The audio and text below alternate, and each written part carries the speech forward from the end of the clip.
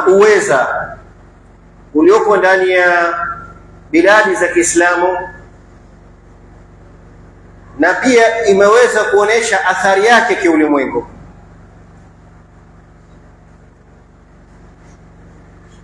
Biladi katika Middle East inayoitwa the Middle East, ikiwemo biladi za Waarabu na Wafursi na Waturki, yamekaa katika maeneo katika leo mgongo wa ardhi yenye nyeti katika msafara wa bahari, kusafirisha mizigo na watu, na kadhalika inazalisha malighafi yenye umuhimu katika karne ya 21 leo, ambaye ni uti mgongo wa uchumi ya kiulimwengu.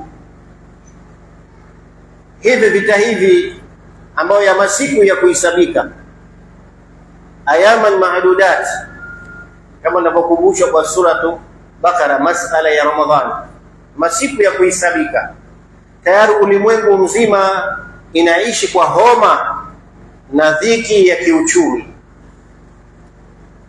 Nchini Kenya, mfano ya karibu, tuona wanasiasa ima wale katika utawala tayari ama wale katika upinzani, wote kelele wakirushiana lawama juu ya kupanda bei ya mafuta. Ukweli wa maneno, midomo yao inazungumza, lakini haki hawasemi. Ni total diversion.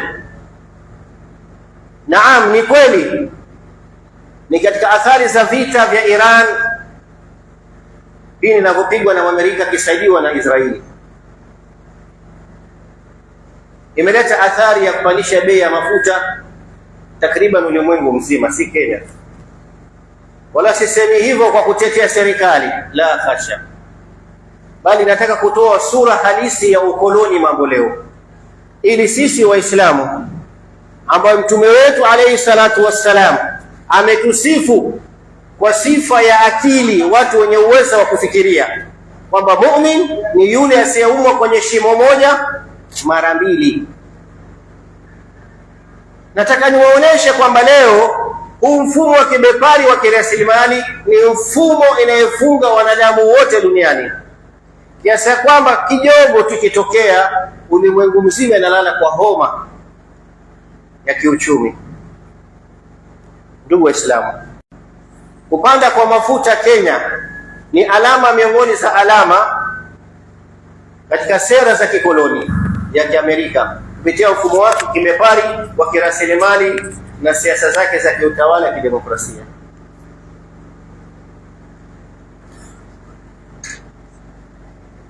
Kwa nini kusema hivi?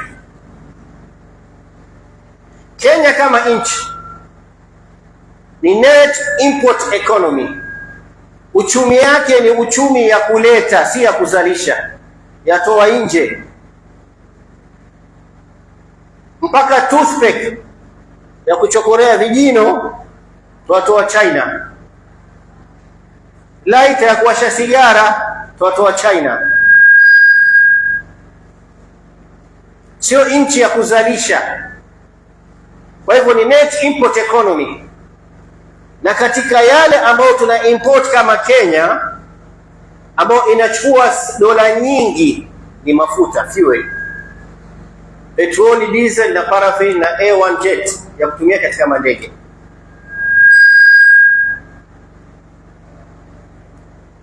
Kenya kwa hali hii, pindi dola rate iliyofika dola moja kwa shilingi 160, serikali ya Kenya ikaja kukab hii hali ya kiuchumi kwa kuja na sera mpya ya kuleta mafuta nchini Kenya, inaitwa G2G, government to government arrangement. Lengo na madhumuni sio kuletwa mafuta kwa bei nafuu, hii ni urongo.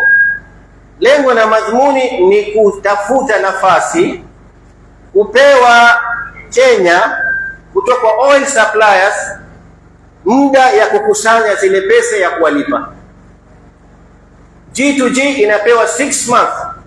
Ile mafuta inaingia leo kwa muda wa miezi 6 kama washailipa. kiasi kwamba inaondoa ile pressure ya foreign reserve nchini Kenya, kwamba ile pressure kutafuta dola kwa haraka kulipa mafuta inapungua. Kiasi hii inashukisha ile exchange rate kati ya dola na senti za Kenya. Ndio lengo ya madhumuni ya G2G system, government to government system. Hali hii ikapatia wanasiasa katika hatamu ya uongozi opportunity ya create new cartels na kuondoa old cartels. Leo wanaopiga kelele ni wale mouthpiece ya cartel waliotangulia. Hapa ni masalihi ya matumbo yao. Hiyo bila shaka wanasiasa popote lipo maslahi lazima waangalie maslahi yao, lakini lengo na madhumuni maslahi wa secondary ni kutoa ile pressure juu ya senti za Kenya dhidi ya Marekani.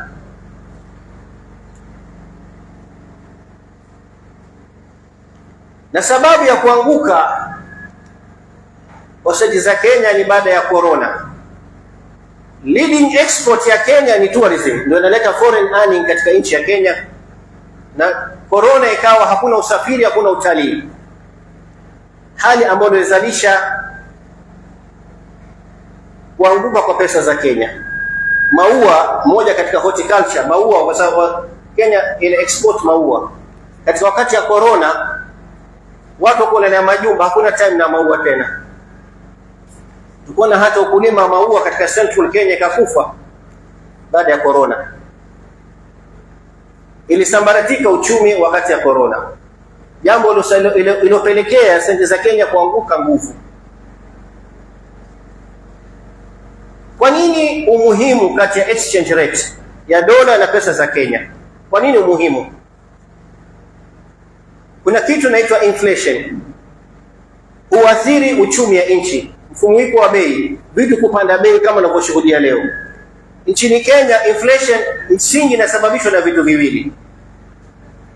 Watu hupenda kusema printing of money, Central Bank of Kenya imechapisha pesa nyingi kwa uchumi ndio imesababisha inflation. No. Hiyo ni sababu ndogo.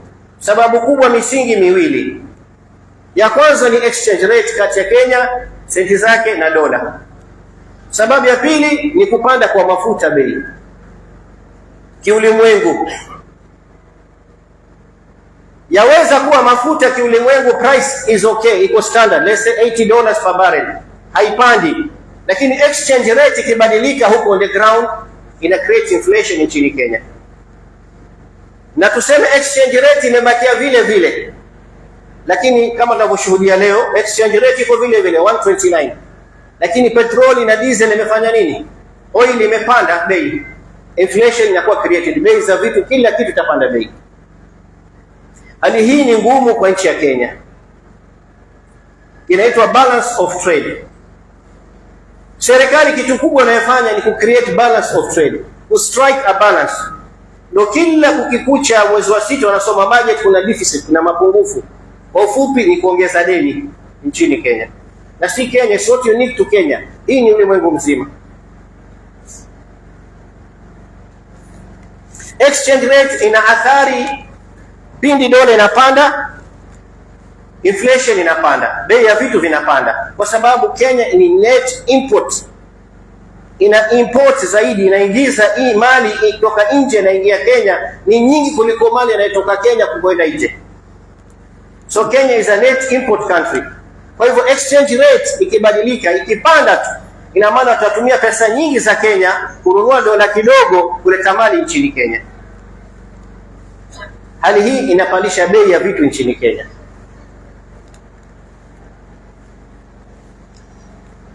Immediately ikipanda exchange rate, fuel prices itabadilika, logistics itapanda, transport itapanda, bidhaa na huduma zitapanda, ita create inflation. Kwa ufupi ni kubadilika kwa bei ya vitu kupanda. Ndugu Waislamu, leo mwenye yuko anatokwa kijasho nchini Kenya ambaye hana usingizi leo ni governor wa Central Bank wa Kenya, CBK. Hana usingizi yeye na wizara ya Treasury John Mbadi. Lazima wa strike balance isilete athari katika uchumi. Mazingatio yao sio kukuangalia hali yako wewe, ati wewe mambo yako yawe sahali, la, wao wanaangalia statistics, uchumi. Hawakuangalia wewe, wanaangalia uchumi. Mojawapo kitu ambao Central Bank itakayefanya leo ili kukab hii situation ya kupanda bei ya mafuta na isi create inflation, wataongeza riba katika mabenki. Riba ya mikopo itapanda. Hali hii, wale ambao tayari awali wana mikopo ya riba, basi malipo yao itazidi. Wajitayarishe. Ikiwa umechukua mikopo ya Fuliza, mikopo ya Mshwari, mtaangalia riba imebadilika na mikopo inalipwa zaidi ya ile ambayo ya kawaida inavyolipwa. Hali hii ni create njia ya kuzuia inflation isiharibike uchumi ya nchi. Watahakikisha kwamba wana stabilize Kenya currency kwa exchange rate. Wahakikishe kwamba reserve currency ambayo ni dola nchini Kenya, ambao juzi tarehe 10 mwezi wa 4 huu Central Bank imetangaza kwamba reserve tulionao inatosheleza importation ya 5.6 months, ambao ni within the parameters iliyowekwa na IMF. Kwa hivyo bado tuko salama wanavyodai. So moja wapo ni kustabilize exchange rate kwa kumaintain foreign reserve katika Central Bank.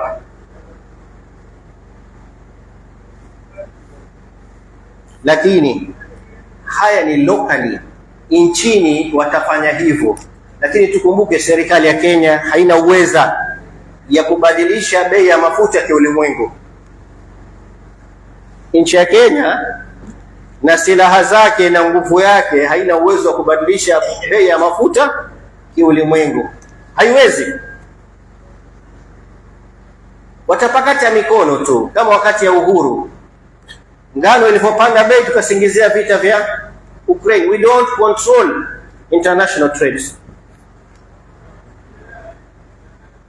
Wakaja na hizo, watakuja na hawawezi kucontrol monetary policy ya USA inaweza Amerika kupitia Federal Reserve ama Central Bank yake kuongeza riba.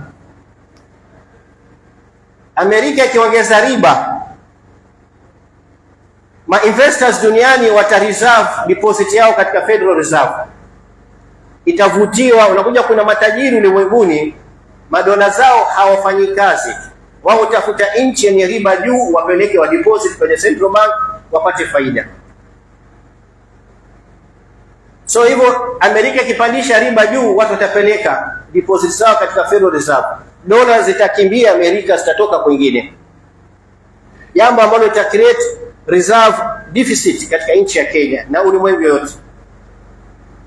So we don't control foreign monetary policy ya Amerika. Jambo ambalo wao wakitekeleza inaathiri ulimwengu mzima.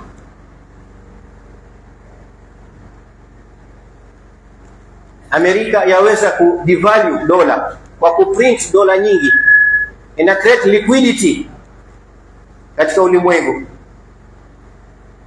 Jambo ambalo itafanya ile Federal Reserve, foreign reserve ya nchini Kenya kuanguka value. Tena tunakuwa weak. In either way, Amerika ikitaka kustrengthen nguvu ya dola ama kuvunja nguvu ya dola kwa sera zao za senti ya dola, unakuta ulimwengu ya tatu tunachemsha. Tunaumia kiuchumi. Jambo hili linaitwa ukoloni mambo leo. The dollar hegemony, utawala kupitia senti zao. Na hii imewezeshwa na nani? Imewezeshwa na sisi Waislamu. Pindi Waislamu katika biladi zetu viongozi makhain waliweka mkataba 1970s kati ya Amerika na Saudi Arabia na kwingine, kitu inaitwa the petrodollar, kwamba watu hawanunui tena mafuta ila kupitia dola za Marekani. Jambo imefanya ulimwengu mzima umekuwa watumwa kwa Amerika. Na kwa sababu hiyo Amerika ikapeg, inaitwa pegging, dola na pesa za Saudi Arabia na Emirati na Gulf States. Ndio unaangalia mwaka kwenda mwaka rudi, exchange rate kati ya riali ya Saudia na dola haibadiliki. Why? Kwa sababu naturally, kwa sababu wanauza mafuta usiku na mchana. 7 million barrels per day Saudia inazalisha.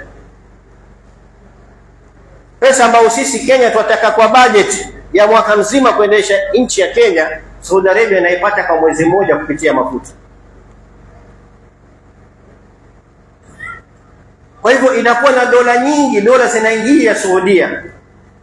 Jambo hili takriyetu kwamba na dola nyingi, so local currency ya Saudia itakuwa na nguvu zidi ya nini? Ya dola. Kwa hivyo wamestandardize ili pesa za Gulf States isiwe na nguvu dhidi ya dola, wakaipeg, wakafanya standard figure 3.6 3.7 per dola. Haibadiliki mwaka kwenda mwaka rudi, haiangaliwi hali ya uchumi. Pia ni ukoloni mambo leo. Ndugu Waislamu, hii ndiyo hali tuko ndani yake sisi enyi Waislamu. Swali ni kuuliza hapa, hawa wenye kudai kelele katika mimbari zao za kisiasa kwamba huyu amekosa, huyu amekosa, kila mmoja kinyosha vidole, ni yupi atakayetutetea sisi? Wote ni warongo, kwa sababu haya mambo hayakontroliwi na sisi, yakontroliwa na wenyewe wa koloni. Hawa wenye kusema serikali imefanya kusudi kuongeza bei, hao walitetea serikali iliyopita kwa ngano ilivyopanda kwa sababu ya Ukraine. Wakasema kwa sababu vya vita vya Ukraine. Hawa wanasiasa ni warongo, wawe katika serikali asio katika serikali. Malumbano yao haya ni malumbano ya kutoa timing. Ukweli wa mambo ni sisi bado tunatawaliwa na wakoloni. Uchumi zetu iko katika rahani, katika mikono ya wakoloni, wafanya wanavyotaka. Ni khiana hizi imetokana na udhaifu na khiana kutoka katika biladi za Kiislamu kukubali material iliyo muhimu katika 21st century kontroliwa na koloni. Sasa swali linakuja hapa, hizi madola nyingi ambayo biladi za Waarabu wanapata kutokana na kuuza mafuta, hizi dola za kwenda wapi? Wanakuambia recycling the dollar. Wana recycle the dollar. Wanafanya vipi? Inapelekwa kununua treasury bonds ya Federal Reserve ya Amerika. Hizo pesa tazirudi kwao, yabakia kule kule kwa Amerika. Uhuru uko wapi? Wanaidai tuko uhuru sisi. Ndugu Waislamu, bidhaa ya mafuta ndio bidhaa peke yake isokwenda na market forces, haifati demand and supply, haikontroliwi. Unajua, kama mfano leo mahindi ikiwa nyingi katika soko, bei ya mahindi hufanya nini? Hushuka. Na mahindi ikipungua katika soko, bei ya mahindi hupanda. Hii ni market forces, demand and supply, ni jambo la tabii, natural. Lakini ila bidhaa hii moja, oil, haiendi na market forces, haiangalii wingi wala uchache katika demand na supply, inakontroliwa na syndicate organization inaitwa OPEC. Wana dictate the price. Hata wanaweza kuamua kupitia OPEC kisiasa, wakaweaponize Amerika, akatumia mafuta kama silaha. Utakuta Msaudi anaamrishwa na Amerika kupunguza uzalishaji wa mafuta mpaka barrel class fulani, 2 million 1 million katika soko. Why? Ili kumkanyagia Mrasha, ama kuongeza uzalishaji wa mafuta ili kumkanyagia Mrasha. Hii ndio bidhaa peke yake isoangaliwa market forces, inakontroliwa na wenyewe wa koloni. Na msidanganywe kuna badili ya mafuta. Sijui kuna pikipiki ya betri, tukutuku ya betri, gari ya betri, hizi zote haziwezi kubadilisha mafuta. Hakuna badili ya mafuta. Yaweza kusaidia lakini haiwezi kuendesha uchumi ya nchi. Nchi haiendeshi kwa mabetri.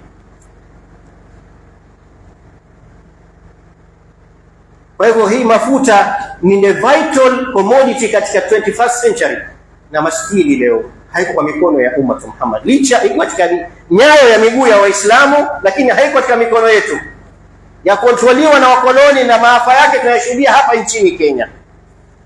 Ndugu Waislamu, kwa kumalizia, Allah subhanahu wa ta'ala ametukumbusha kwa Qur'ani yake kwamba mali ni kitu msingi kusimamiwa, haisimamiwi na mtu yoyote, kama alivyosema kwa suratul Nisa, wala tu'tu sufahaa amwalakum allati ja'ala Allahu lakum qiyaman. Msipatie masafihi watu masafihi. Safihi si mtu akini mjinga hakusoma, la hasha. Safihi ni yule anayemaasi Mwenyezi Mungu, hataki kufuata maamrisho na makatazo, kama ilivyokuja katika suratul Baqara.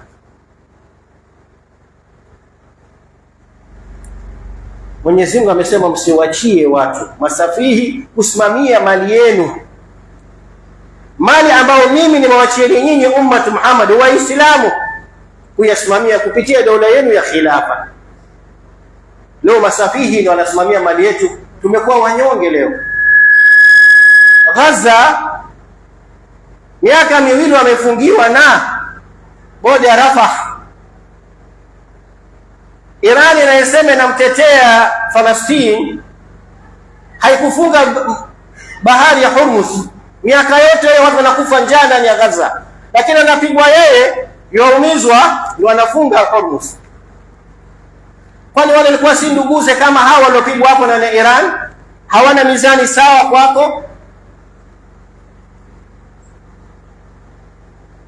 Kufungwa Hormuz, robo ya biashara ya ulimwengu ilifungwa, jambo lilofanya Amerika kufunga silaha zake kumpiga Iran.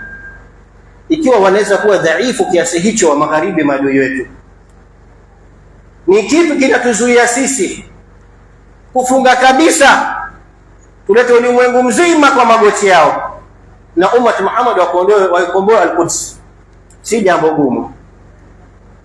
Ndege zao, meli zao, magari zao zinahitaji mafuta. Watapigana na nani ikiwa mafuta tumefunga? Wana F-35. F-35 haitembei kwa hewa shekhe, yataka mafuta.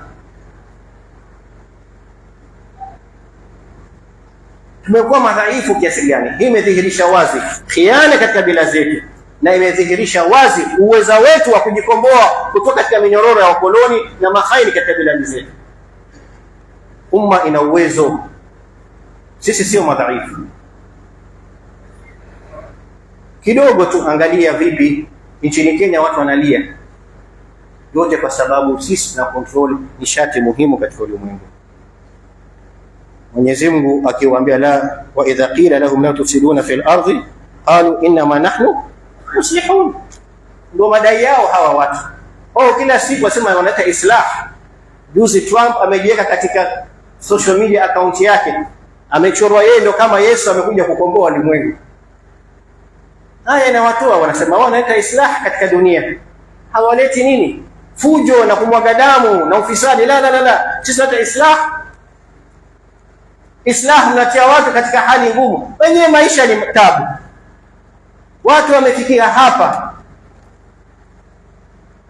na tunazidishiwa kwa yale kidogo yaliyobaki katika mifuko, pia kupelekwa na wakoloni. Ndugu Waislamu, ala innahum humul mufsiduna walakin la yashurun. Hawajua vile wamezama katika ukafiri wao na mfumo wao. Wallahi hawaoni kama wanaeneza ufisadi, wao wanaona hata islah katika dunia. Mwenyezi Mungu anawasifu, idha qila lahum aminu kama amana nasu qalu anu'minu kama amana sufaha. Angalia, wao na sisi ndio masafihi, wao ndio wa kweli, wao wamesimamia mali ya dunia mzima. Hali ni vipi? Hali ni vipi? Hatuna raha na majumba yetu, hatuna raha katika familia, hatuna raha katika jamii. Umeenea leo ufisadi kila kona, umeenea ukosefu wa usalama kila kona. Naona kwenye social media mtoto amebeba begi ya skuli, anaenda skuli kwa sababu ampatikana information kwa wenzake, katika ile begi amebeba school fees.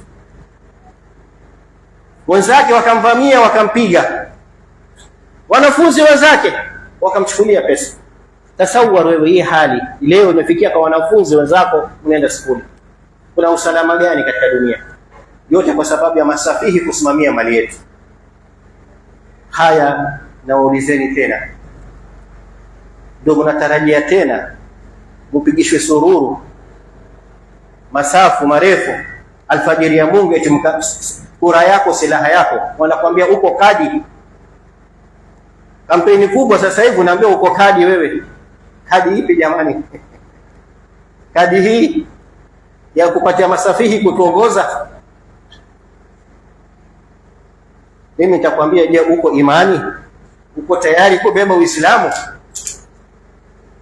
Ndio suluhisho kukomboa wanadamu kutoka katika hali huu wa unyonge tulio ndani yake na kuwachukua katika hali ya rahma na ukunjufu wa sheria ya Mwenyezi Mungu, iongozo kutoka katika udhalili na kuatia katika ukunjufu wa rahma ya Mwenyezi Mungu. Wallahi, tuwe na imani, tubebe Uislamu, usiwe khadi.